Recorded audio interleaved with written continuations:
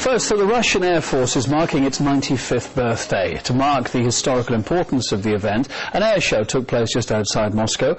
Our correspondent Mikhail Lebedev went along to tell us a bit more.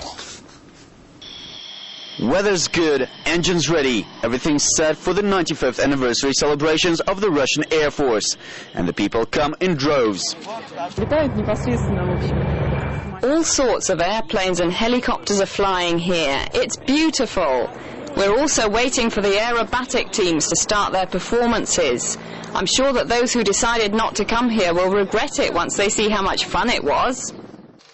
The Russian Air Force dates back to 1912, when the last Tsar Nicholas II established the first air units, and Russia has been in the vanguard of military aviation ever since. In 1913, Ilya Muromets became the world's first multi-engine bomber.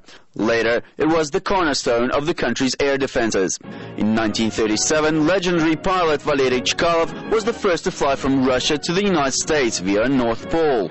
And by 1941, the Soviet Union held 62 flying records, both in speed and distance. During World War II, the mighty Luftwaffe suffered at the hands of the Soviet Air Force, who then went on to conquer space.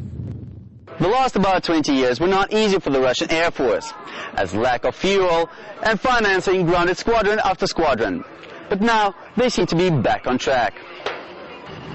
In modern warfare, air power is more important than ever, and to meet this reality, aircraft have become increasingly sophisticated.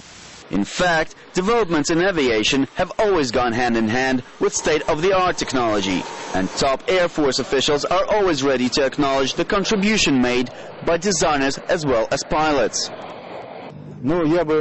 First of all, I would like to congratulate all the veterans of the Air Force, the constructors that created these wonderful airplanes that you saw, as well as all of those that served their duty to protect Russia's airspace.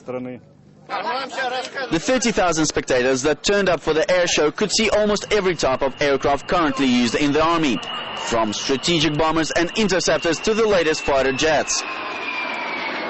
The most advanced Mi-28 and K-50 demonstrated what they are capable of.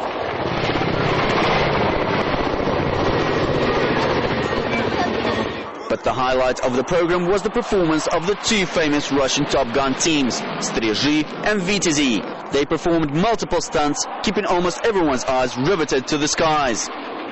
For us, the pilots, this festival is first of all a serious job, but at the same time, it's also a great honor and gives us joy. We have performed, we did it well, and you can tell by looking at the spectators, they enjoyed it too.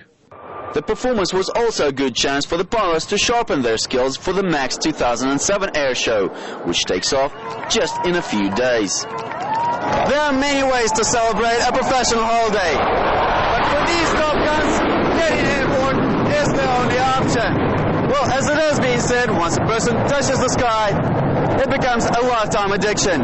Mikhail Lebedev, Russia Today, Moscow.